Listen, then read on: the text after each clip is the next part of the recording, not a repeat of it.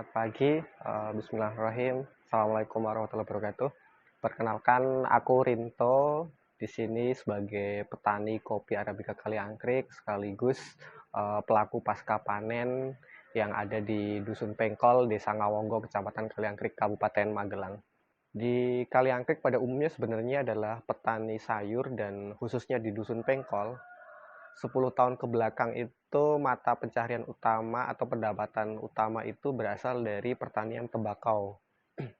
Namun ada satu sisi yang ternyata kurang menguntungkan bagi petani dari pertanian tembakau, di mana mereka tidak mempunyai nilai tawar dari produk pertanian mereka, sehingga mayoritas mengeluhkan hasil dari bertani tembakau.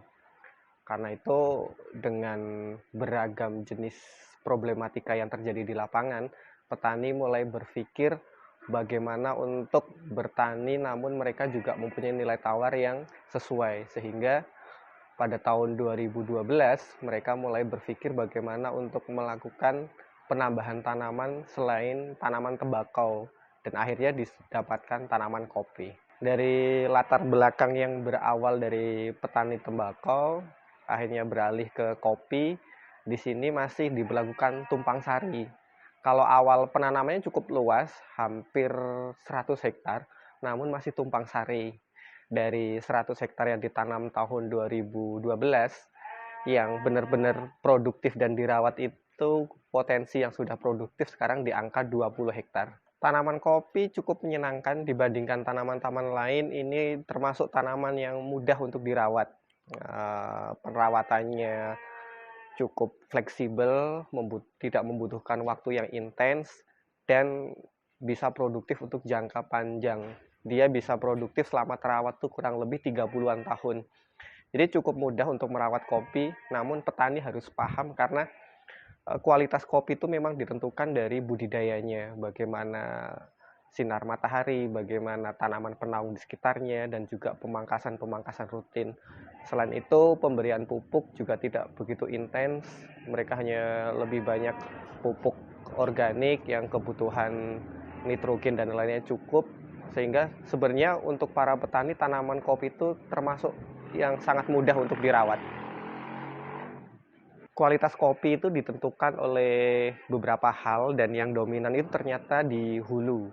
Di hulu itu ada budidaya, tadi perawatan tanaman, kemudian pengolahan pasca panen. Nah, pengolahan pasca panen itu juga menjadi salah satu pondasi yang fundamental, karena di situ menentukan cita rasa yang nanti akan keluar, menentukan kualitas yang akan didapat. Pada prinsipnya, selama petani atau pelaku pasca panen itu paham cara melakukan kopi setelah dipetik, itu kopi yang dihasilkan akan menjadi kopi yang berkualitas. Yang pertama dipastikan adalah dia petiknya harus petik matang. Nah, ini yang menjadi integritas para petani, karena sebagian petani biasanya pengen petik skala banyak. Sementara untuk kopi, mereka harus benar-benar memperhatikan pola petik, itu harus kopi yang benar-benar sudah matang. Dulu bercita-cita pengen ngopi di rumah, gitu kan, sehingga aku mencoba membuat tempat yang membuat aku sendiri nyaman, gitu kan.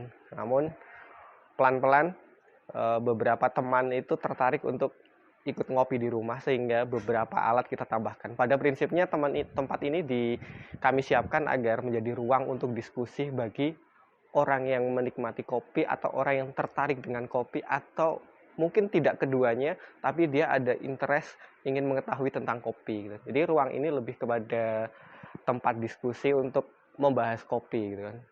Belum layak disebut ala-ala kafe lah, karena yang ada cuma kopi itu pun kopi manual, dan yang datang pasti orang yang tertarik dengan kopi sekedar untuk ngobrol atau mencari kopi, khususnya kopi Kaliangkrik. Salah satu potensi yang kami lihat pengembangan di industri kopi itu ada istilah wisata edukasi kopi, gitu kan. Kami berpikir bagaimana lahan perkebunan itu adalah tempat kerjanya para petani, sehingga kami harapannya siapapun yang akan datang ke kebun itu benar-benar mempunyai ketertarikan dan menghargai value yang di situ. Kebun adalah lahan privasinya para petani, sehingga ketika ada orang pengen main ke kebun, otomatis dia harus izin dengan petaninya terlebih dahulu. Sehingga kami berpikir bagaimana kalau sebenarnya mengundang para wisatawan untuk mengetahui pohon-pohon atau kebun-kebun kopi yang ada di sini. Dan tentu itu harus persetujuan para petani. Sehingga kami kadang membuat kegiatan yang sifatnya harus mendaftar lebih dahulu, sehingga wisatawan yang ingin melihat kopi di kebun itu mengikuti jadwal para petani. Namun kesini semakin banyak karena di Kaliangkrik ini sudah mulai muncul banyak sekali wisata ngehits. Di dekat kami ada seperti Nepal Vajava, Silancur, dan area Mangli. Itu yang membuat kadang wisatawan juga, oh selain tempat wisata apa sih yang bisa dikunjungi? Ternyata salah satu pilihannya adalah mencari kopi gitu kan. Nah, yang paling sering kami umum lakukan ketika itu adalah wisatawan umum, maka kami mencoba untuk bercerita tentang kopi Kaliangkrik itu kayak apa sih gitu kan. Terus sesekali mereka juga melihat tempat pengolahan pasca panen kami, sehingga ada storytelling yang kami berikan. Jadi rata-rata para wisatawan yang tidak tertarik untuk mengikuti kegiatan paket edukasinya, kami lebih sering memberikan tentang storytelling kopi Arabica di Kaliangkrik itu seperti apa, sehingga mereka mempunyai kenangan, dan kami menceritakan betapa kopi di Kaliangkrik itu ada value yang insya Allah sustainable. Selain usaha kopi, kami juga berinteraksi dengan teman-teman pelaku ekonomi kreatif di area Kaliangkrik Raya, Kaliangkrik Sumbing, terutama khususnya dengan teman-teman pelaku wisata ya. Dan akhirnya kami sepakat untuk membuat sebuah komunitas yang terdapat legalitasnya dengan mengurus sebuah perkumpulan namanya Wisata Sumbing Eksotik gitu kan. Salah satu target atau cita-cita kami adalah bagaimana mempertahankan Kaliangkrik yang mulai dilirik oleh para investor dan wisatawan ini agar tidak beralih fungsi dan tidak beralih kepemilikan. Kami harapannya lahan-lahan pertanian, lahan-lahan yang tempatnya cantik ini tetap menjadi kepemilikan warga lokal.